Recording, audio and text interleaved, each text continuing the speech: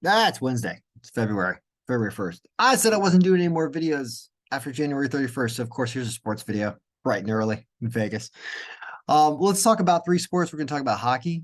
We're going to talk about college basketball, which is the most reliable. And we're going to talk about all the work I did on the NBA macro file. Look at this mosaic of colors. Oh boy. We'll talk about how to use that at the end of the video. That will be kind of the more extended portion of this video. But let's start with hockey. It was 3-0 yesterday because I didn't bet it. Today, I might bet it. What am I going to bet? I don't know. You want to bet against whatever I'm going to bet. That's what I tell you. Well, the algorithm says that Carolina is playing excellent, but so is Buffalo. And it actually is conflicted on who's going to win this game. It says Carolina should win it in a vacuum. However, it could go either way. So you got a tough game there. And Carolina also played last night. So this plus 140 for Buffalo is looking a little better. Any team plus 1.5 in a situation like this is kind of the way to play this. So maybe Buffalo plus 1.5, given that hockey is such a close game with bounces. The Boston-Toronto game is supposed to be even more in favor of Boston, but notice Boston has fallen off a little bit recently. So much so that Toronto's got a better record in the last 15 games if my historical games are accurate in the history of the file, which I think they're close if not perfect. So once again, another close game, but at least you get a minus 120 on Boston, which is empirically the better team. And I've always said Toronto finds ways to lose games, and Boston generally finds ways to win games. So that's a very, very reasonable line. And it is the number one pick of the day if you're just reading the algorithm. So that's hockey. Bye-bye, hockey. Let's go to college basketball. So we are 3 days of winning and 1 day of losing since I added the implied line and the value pick thing. When it comes to home teams, what are we supposed to do? You're just supposed to upload the algorithm, click home. You're supposed to look at the value picks here, and you're just supposed to bet these teams apparently, unless there's any injury related problems that you need to look at in health. So there are today. So it would be normally those 7 teams are value home picks. That would be St. John's, Marquette, Xavier, Lehigh, St. Joseph's, and Drake. Well, Marquette is at 77% health and is minus 270. So this has got to go. You can't bet that. That's terrible line, and they're hurting. Villanova is also historically a good team. So I'm staying away from that for sure. Probably wins. Xavier also injured against Providence. The line is better. The margin's 10% with a 5% bump. So Xavier's empirically an okay team. They probably beat Providence. So we could leave that one on there, but I'm unhappy with that. And if you're somebody who bets only a few games and really wants for the cream of the crop games, you don't want to take Xavier because there's a reason not to take them here. And that is the reason. St. John's, however, let's start back with St. John's. St. John's is apparently the pick of the day here for home team wise because the line is even. And even though they have a worse strength of schedule, that's the only problem with this game, although the margin is really low. That's why. The margin is really low, but the opponent's health is bad. And they're a pretty good team at a 60% team. So this is a team that's pretty good. And at home against an injured Seton Hall, they probably win. So, I mean, when we talk about pick of the day, like if there's one, there's a lot of factors that are pointing at that. Even money, injured opponent, and they're home. But the margin's really low. That's the one. That means that at a 0% bump, it would actually favor Seton Hall. Let me show you what this looks like when you rebump this to 0. See, St. John's falls off that list. They're not on here anymore. And there's only one value pick at a 0% bump, and it's that injured Marquette. So I wonder if the odds makers are doing this at 0% bump when they're making the lines, because that's what happens is if the odds makers are using this algorithm, you end up with no value picks at the end of the day because they're using it. So they're making the lines accordingly. But you need a 5% bump. So anyway, so St. John's apparently playable. Xavier could be playable. Lehigh over Army, 6% margin, minus 130 should be minus 178. They're home. They got a better strength of schedule. That's a good one. So St. John's, Lehigh, St. Joseph's over Rhode Island, 10% margin, minus 200. Little strength of schedule problem. I wish this line was a little better, but it still says there's value. Drake against Northern Iowa. Drake is hurting. And they're at minus 345. Yuck. Richmond is hurting. and they're at minus 205.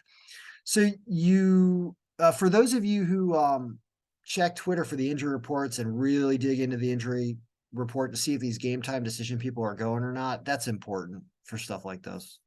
So when you see this, that's where you have to do your own research to figure out if those injuries are going to be impactful or not.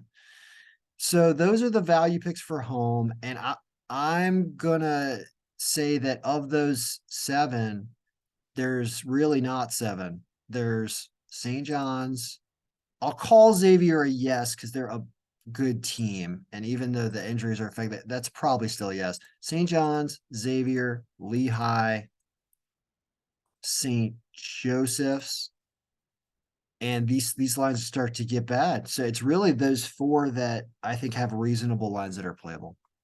Right. What about away teams? And of course, you got all the way down the list. Like a lot of these home teams are going to win, as you know. I mean, there are 30 home teams. You know, the way we go with home teams, it'll be like 25-5 or 26-4 or something like that. 20, the worst it'll go is probably like 21-9 on a terrible day. So home teams just really do well. Now, as for and you got to watch out for injuries, because the injuries games that lose are the games you're supposed to stay away from.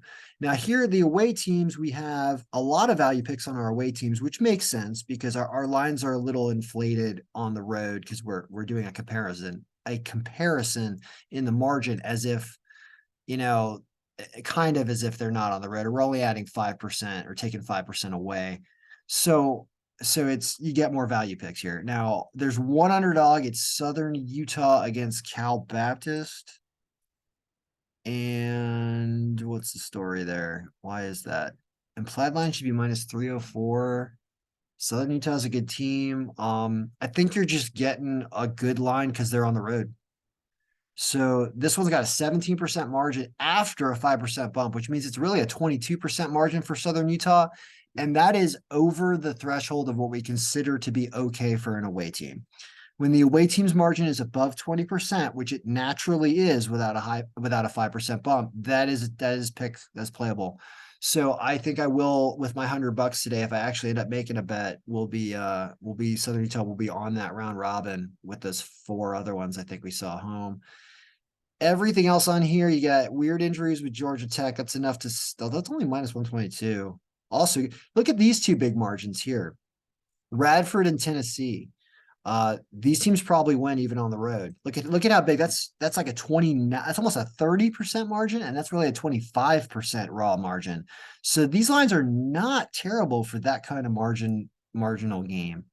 So this is potentially bettable. The rest of this stuff is looking like not great. Like these home teams are probably going to win down here.